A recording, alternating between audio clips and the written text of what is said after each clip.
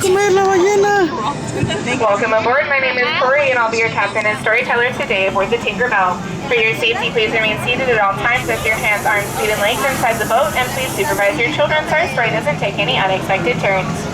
Now, most people travel to enchanting worlds through the pages of the book, but those that visit in person, whether it be through a rabbit hole or with some pixie dust, often find the way in to be magical or perhaps even menacing. But don't worry, folks, though it looks like we're traveling through the jaws of Monster the Whale, the very same whale that swallowed Pinocchio, we're actually being transported to a magical world called Storybook Land.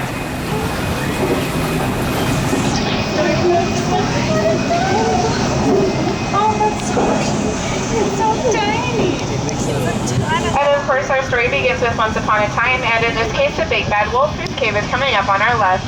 He's always after those three little pigs, but luckily they live across the way in those three houses. One made of straw, one made of sticks, and one made of guaranteed wolf-proof bricks.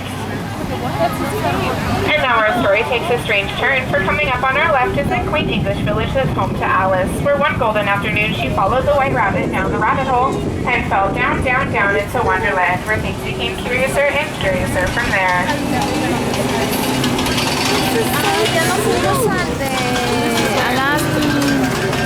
¿A la foto? Storybook Land is full of enchanting places created to inspire storytellers. Places like London Park, over which Peter Pan, Michael, John, and Wendy Darling first flew with a little help from Tinkerbell's pixie dust on their way to Neverland, where they would never ever have to grow up.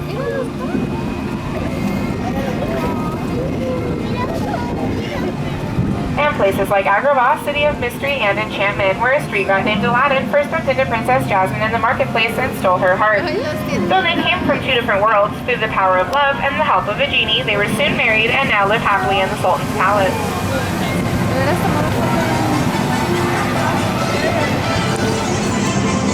These magical places in Storybook Land are where love shines, just like the twinkling lights on the archways above.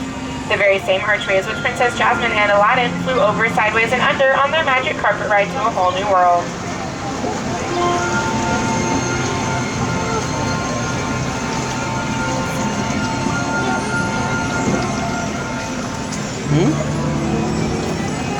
But while all good stories are full of love and light, they also have their dark places as well.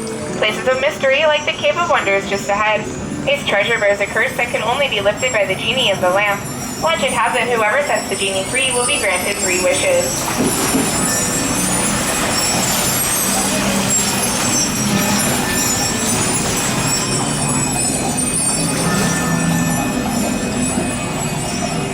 Snow White wished for a safe place when she fled the evil queen and came upon the cozy cottage on our right.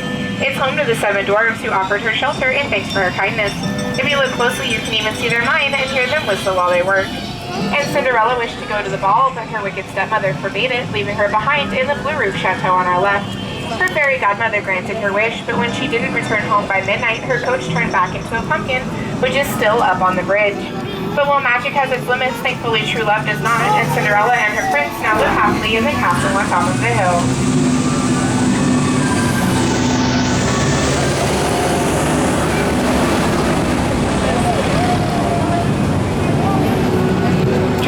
Come true, and like wishes, they're an important part of our storytelling. Whether it's dreams of a happily ever after, or dreams of drifting off to sleep on hills of wilted flowers, like those on our left, which were inspired by the 1933 Silly Symphony cartoon Lullaby Land.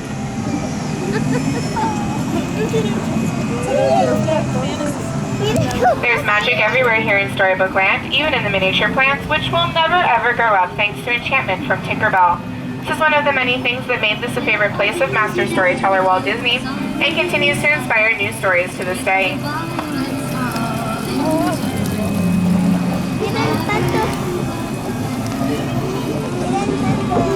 Stories like The Wind in the Willows with Mole, Rat, and Mr. Toad, whose stately manner is coming up on our left. But sorry folks, J. Thaddeus Toad isn't home right now, as he's off in his motor car on a wild ride to nowhere in particular. And stories of magic like that of Arendelle beneath the frozen mountain top. When Queen Elsa fled to the icy palace atop the fjord, her sister Anna refused to let her go.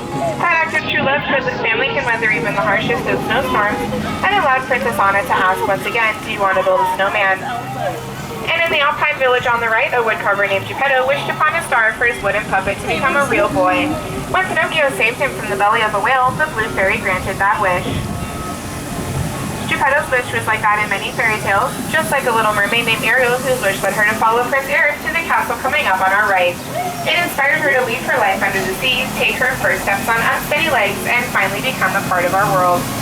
Her story started in the shadow of her father, King Triton, who lives in the underwater city of Atlantica on our left, and spilled out as all good stories do into a happily ever after. That happy ending is the final piece of magic in Storybook land, but of course at Disneyland our magic never truly ends. As we turn the final pages of our book,